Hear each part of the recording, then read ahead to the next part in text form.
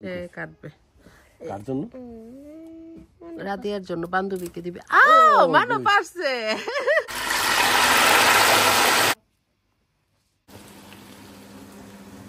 আসসালামু আলাইকুম। সকাল 11টায় আসলাম আজকে সবাই একটু লেটে ঘুম থেকে উঠছে, যেহেতু আজকে রবিবার।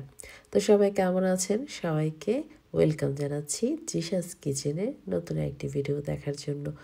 হ্যাঁ, শুরুতেই পিৎজা নিয়ে চলে আসলাম। রাফার বাবা নিয়ে এসেছিল, আর বাচ্চারা নর্মালি এই পিৎজাটা একটু বেশি পছন্দ করে। এটা ইটালিয়ান পিৎজা, তো যেহেতু এখানেই ওদের জন্ম, এই টাইপের পিৎজাগুলো ওরা একটু বেশি পছন্দ।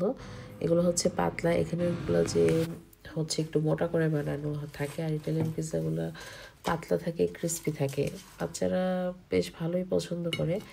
আসলে এক একজনের পছন্দ আর কি, দুই টাইপের পিৎজাই ওরা পছন্দ করে, তবে এটা একটু বেশি পছন্দ করে। জাস্ট চিজ আর টমেটোর সস দেওয়া থাকে। আর আমি এয়ার ফ্রায়ারে একটু গরম করে দিচ্ছিলাম।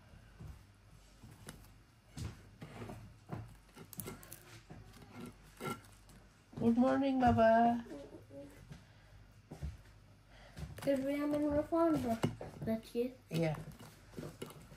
আমি পিৎজা রেডি করতেছি তোমাদের জন্য।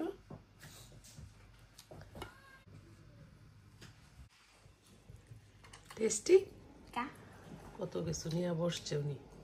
মানহার ওয়াটার পট নিছো কেন তুমি? এক মাসও যায় না, দেখা যায় ভেঙে ফেলে। এই যে এটা ভেঙে ফেলছে, এত সুন্দর ওয়াটার পটটা ছিল, ভেঙে ফেলছে। এখন আবার আরেকটা নিউ আনতে হবে।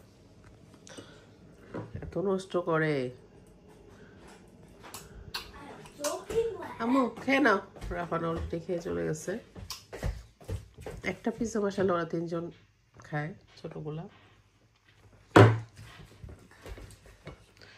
বড় হলে তো একজনই একটা পিৎজা শেষ করে ফেলতে পারবে, তাই না? কোনো ব্যাপারই না, তাই না?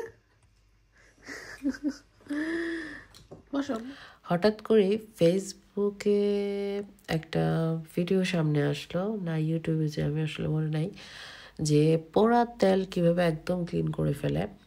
আমি আসলে কখনো ট্রাই করি নাই, তো ওইটা দেখে আমার মনে হচ্ছিল আজকে একটু ট্রাই করে দেখি তো সত্যিই কি এত ক্লিন হয়। তো যার কারণে আমি একটা ছোট বোল নিয়ে নিলাম, সেটাতে হচ্ছে 3 চামচ পরিমাণ, প্রথম 2 চামচ পরিমাণ দিয়েছি, তখন আমার কাছে মনে হচ্ছে আর একটু দেখি কি হয়। 3 চামচ পরিমাণ দিলাম কর্নফ্লাওয়ার। এখানে প্লেন ফ্লাওয়ার দিলেও হয় নাকি, আমি জাস্ট কর্নফ্লাওয়ারই দিলাম, দিয়ে একটু গুলে নিলাম। আর এই হচ্ছে আমার তেলটা।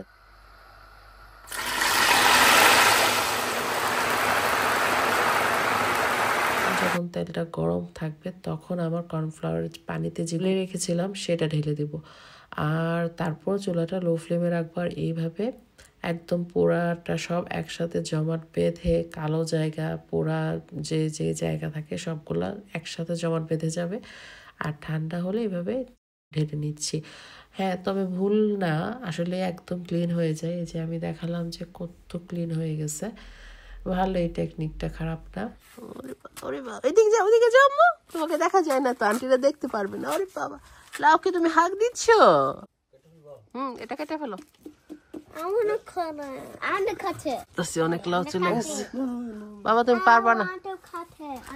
লাউ গাছ এত নিচে নামছে, এখন দাঁড়ায় থাকা যায় না। কেটে ফেলবা, কেটে ফেলো।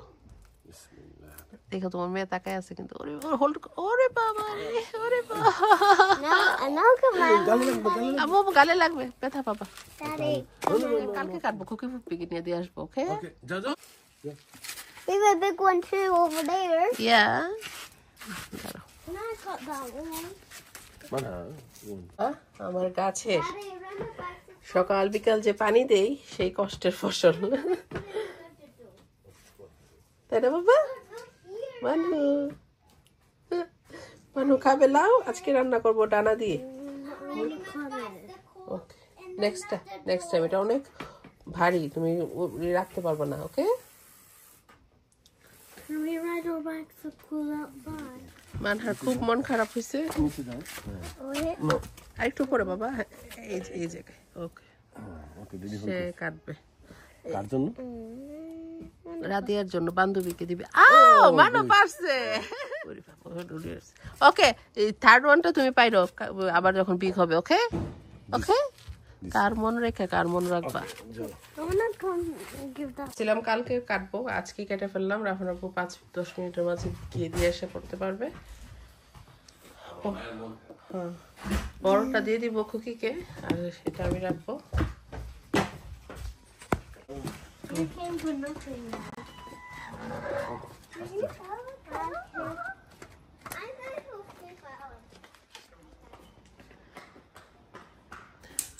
লাউ কেটে আসলে লাউ কাটার প্ল্যান ছিল নেক্সট উইকে, কিন্তু লাউগুলা গার্ডেনে গিয়ে দেখি না বেশ বড় হয়ে গিয়েছে। আর লাউ হচ্ছে এমন একটা সবজি যে বুড়া হয়ে গেলে আসলে খেতে মজা লাগে না। আবার গাছেরগুলা সাথে সাথে গাছ থেকে কেটে বড় লাউ কেন যেন খেতে ভালো লাগে, প্লাস কোনো পানি দেওয়া লাগে না, সুন্দর রান্না হয়ে যায়, গলে যায়।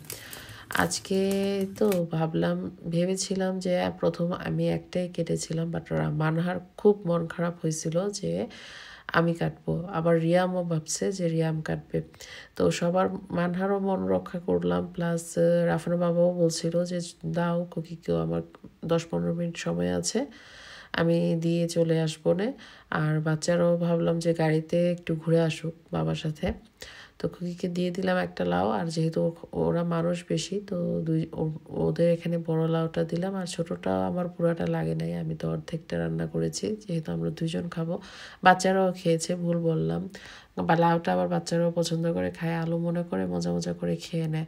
আমি আসলে ওদের শিখাই ফেলছি, ওরা ট্রাই করে সব সবজি, ওটা মানে কিছু বলে না, একটু হলো অল্প খায় বাট খায়।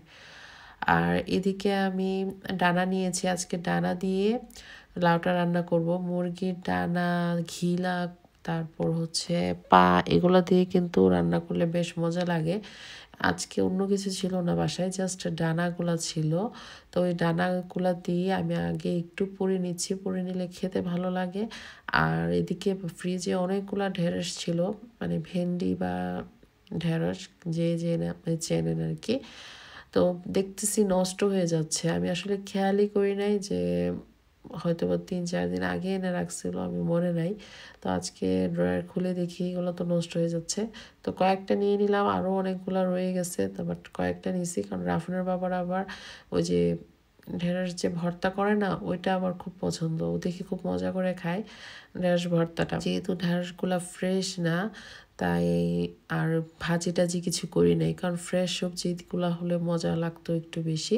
আর এদিকে আমি একটু কেটে কয়েকটা পানি দিয়ে সেদ্ধ বসিয়ে দিয়েছি, আর অপর পাশে পেঁয়াজ ভেজে নিয়েছি, প্লাস হচ্ছে এলাচ, দারচিনি, তেজপাতা দিয়ে দিয়েছি। একটু হালকা কালার চলে আসলে সব মশলা দিয়ে দিচ্ছি।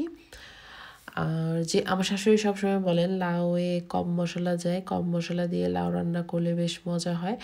আর একটু চিকেন বা বিফ দিয়ে রান্না করলে তখন হালকা একটু মশলা তো দেওয়া লাগে, তাই না? আর এখানে আদা, রসুন, হলুদ, মরিচ, লবণ, ধনিয়া, জিরা সব কিছুই দিয়েছি। একটু পানি দিলাম, একটু মশলাটা কষিয়ে নিলাম, তারপরে যে উইংসগুলো ভালো করে ধুয়ে তারপর দিয়ে দিলাম মশলাটাতে, কষানো যে মশলাটা যে কষিয়েছিলাম।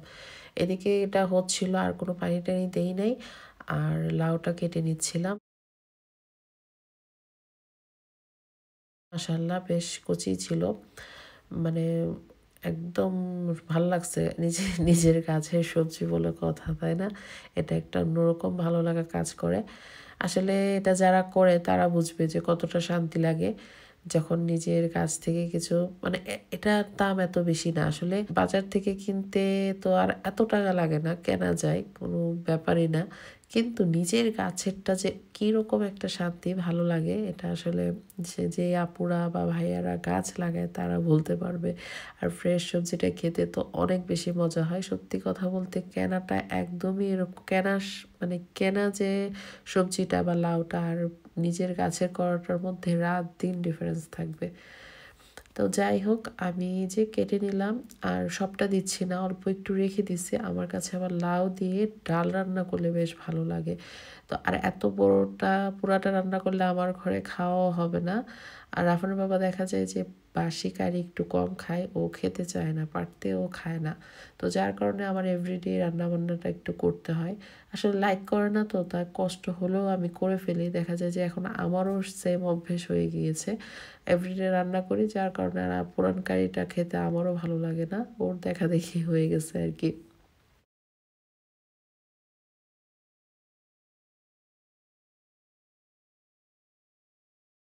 লাউয়ের খোসাটাও আমি দেখি আজকে করব না, আজকে একটু কারি হয়ে গেছে বেশি, কালকে দেখি লাউয়ের খোসাটা ভাজি করব। লাউয়ের খোসা ভাজি খুবই মজা, আলু দিয়ে, লেবু দিয়ে, কামরাঙা মরিচ দিয়ে খেতে লাউয়ের খোসাটা কিন্তু বেশ মজা।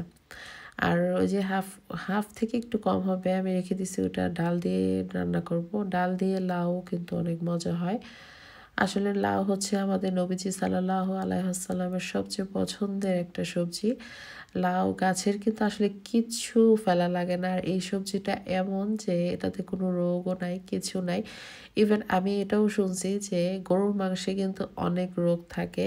যদি লাউ দিয়ে গরুর মাংস রান্না করা হয় তাহলে নাকি ওই গরুর মাংসের যে ক্ষতিকর দিকটা থাকে সেটা নাকি কেটে যায় লাউয়ের কারণে। আমি এটা শুনছি আর কি।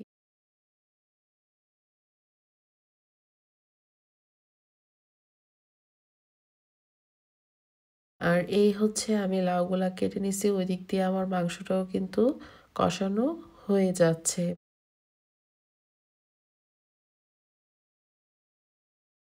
আর যেহেতু মাছ দিয়ে রান্না করলে আমি আমার শাশুড়ি থেকে বা আমার আম্মু থেকেও দেখেছি যে মাছ দিয়ে রান্না করলে একটু পাতলা পাতলা করে কেটে নেয়। আর যদি মাংস দিয়ে রান্না করে তাহলে একটু আলুর মতো গোল গোল করে কিউব করে কেটে নেয়।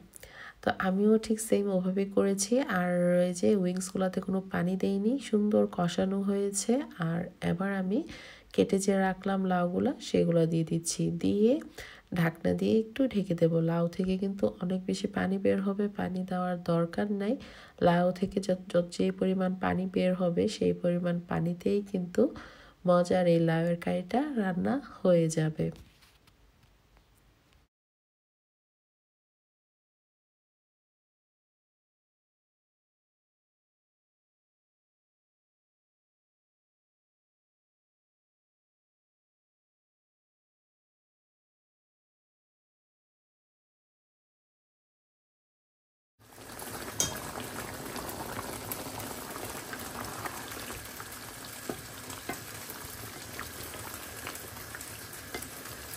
আর অপর পাশে এই যে ঢেঁড়স বা ভেন্ডিটা যে সেদ্ধ বসিয়ে দিয়েছিলাম সেটা কিন্তু পানি শুকিয়ে একদম পোড়া পোড়া হয়ে গেছে।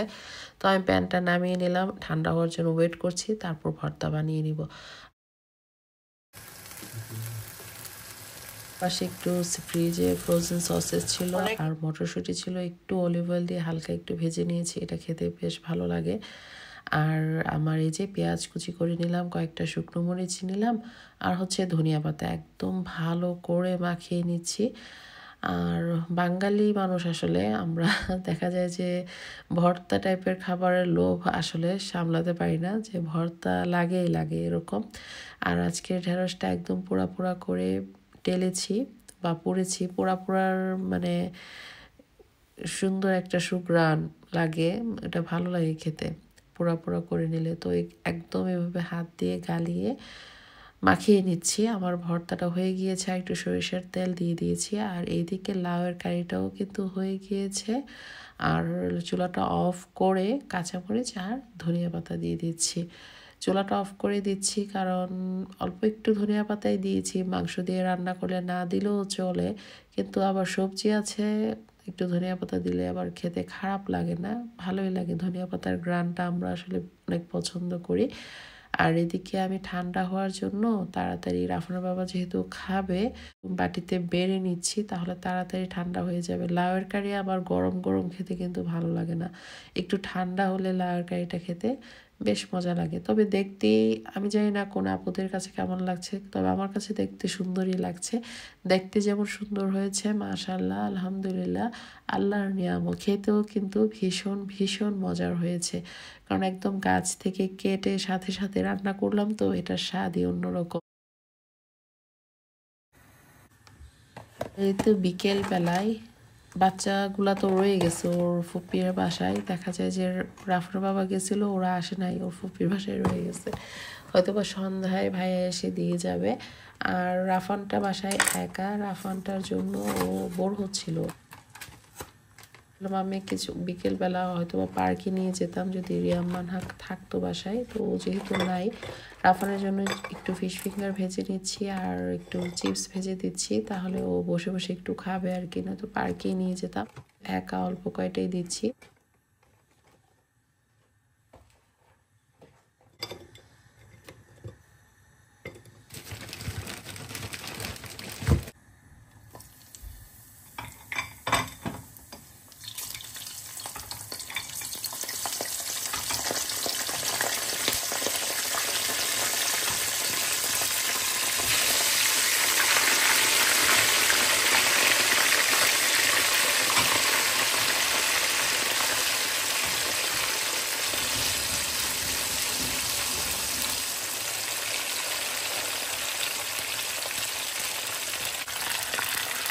বাছা বাছা খাবার, ও যে টাইপের খাবারগুলো পছন্দ করে ওগুলাই শুধু খায়, এছাড়া এক্সট্রা খাবার ও মুখেও নেয় না, এরকম আর কি। তো আলুটা পছন্দ করে, প্রায়ই বলে বিকেলবেলা আলুটা একটু আমাকে ভেজে দাও। আর এই যে ফিশ ফিঙ্গারটাও বেশ ভালোই পছন্দ করে, বলছিল ফার্স্টে পুরি ভেজে দিতে, তো আমি ভাবলাম যে ফ্রিজে ফিশ ফিঙ্গারটাও আছে, ওটা ভেজে দিই, খেয়ে নাও। পরে বলছে আচ্ছা। আর এয়ার ফ্রায়ারে দিলে আসলে হয়ে যায়, আমার কাছে মনে হয় যে একটু ভেজে করলে তেলে বেশি মজা হয়। এটা আসলে আমার মুখের টেস্ট অনুযায়ী করা আর কি। আজকে আসলে ভাবছি যে কিছু একটা পিঠা টিঠা বানাবো।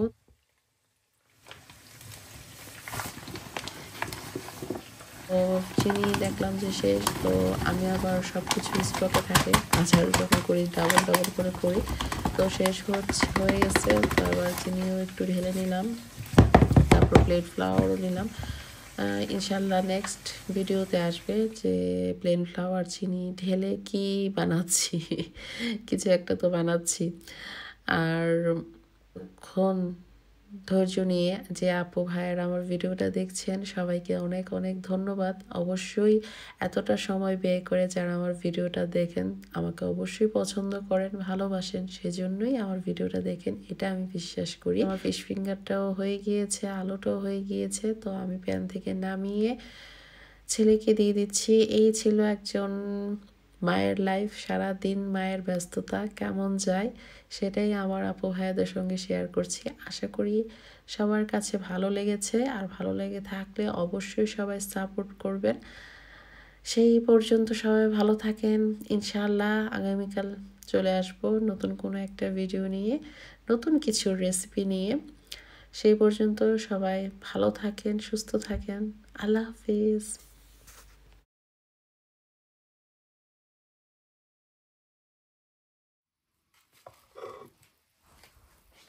বাবা আমি টেবিলে রাখতেছি, ওকে খেয়ে নিও।